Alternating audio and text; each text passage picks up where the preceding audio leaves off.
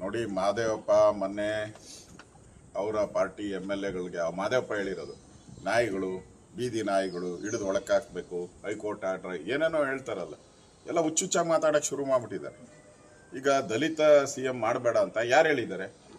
ನಾವು ಮಾಡಿ, ಅದಕ್ಕೆ ಕೂಗಿ ಹಾಕಿ. ಇವಾಗ ನಿಮ್ಮ ಕೈಯಲ್ಲೇ ಇದೆಯಲ್ಲ, ಸಿದ್ದರಾಮಯ್ಯನವ್ರು ಹೇಳ್ತಾರಲ್ಲ, ನಾನು ದಲಿತರ ಪರ ಅಂತ. ಈಗ ತೋರಿಸಿ, ನೀನು ದಲಿತರ ಪರನೋ ನಿನ್ನ ಪರನೋ ತೋರಿಸಿ. ಈಗ ಬೇರೆ ಜಾತಿ ಕಾರ್ಡ್ ಬೇರೆ ಉಪಯೋಗ ಮಾಡಿದ್ದೀರಲ್ಲ, ನಾನು ಈ ಜಾತಿ, ಅದಕ್ಕೋಸ್ಕರ ನನ್ನ ಇಳಿಸೋಕ್ಕೆ ಅದೇನೋ ಕುರಿಕಾಯೋನು ನಾನು ಅಂತ ಹೇಳಿದಾರಲ್ಲ. ಯಾರಾದರೂ ಈ ರಾಜ್ಯದಲ್ಲಿ ಇದುವರೆಗೂ ಮುಖ್ಯಮಂತ್ರಿಗಳಾಗಿದ್ದಂತ ಕೆಂಗಲ್ ಹನುಮಂತಯ್ಯ, ವೀರೇಂದ್ರ ಪಾಟೀಲ್, ನಿಜಲಿಂಗಪ್ಪ, SM ಕೃಷ್ಣ ಅವರು ಯಾರಾದರೂ ಒಬ್ಬರು ಅವ್ರ ಅಧಿಕಾರದಿಂದ ಇಳಿದಾಗ ಜಾತಿ ಹೆಸರು ಹೇಳಿದಾರ? First time. ಅಂದರೆ ಸಿದ್ದರಾಮಯ್ಯ ಯಾವುದೋ ಒಂದು ಜಾತಿಯಿಂದ ಆಯ್ಕೆ ಆಗ್ತಾ ಇದ್ದಾರೆ. ಹಾಗಾದ್ರೆ ಬೇರೆ ಜಾತಿಯವರ ಓಟ್ ಬೇಡವಾ ಇವರಿಗೆ? ಆ ಒಂದು ಜಾತಿ ಇದ್ದರೆ ಸಾಕ ನಿಮಗೆ?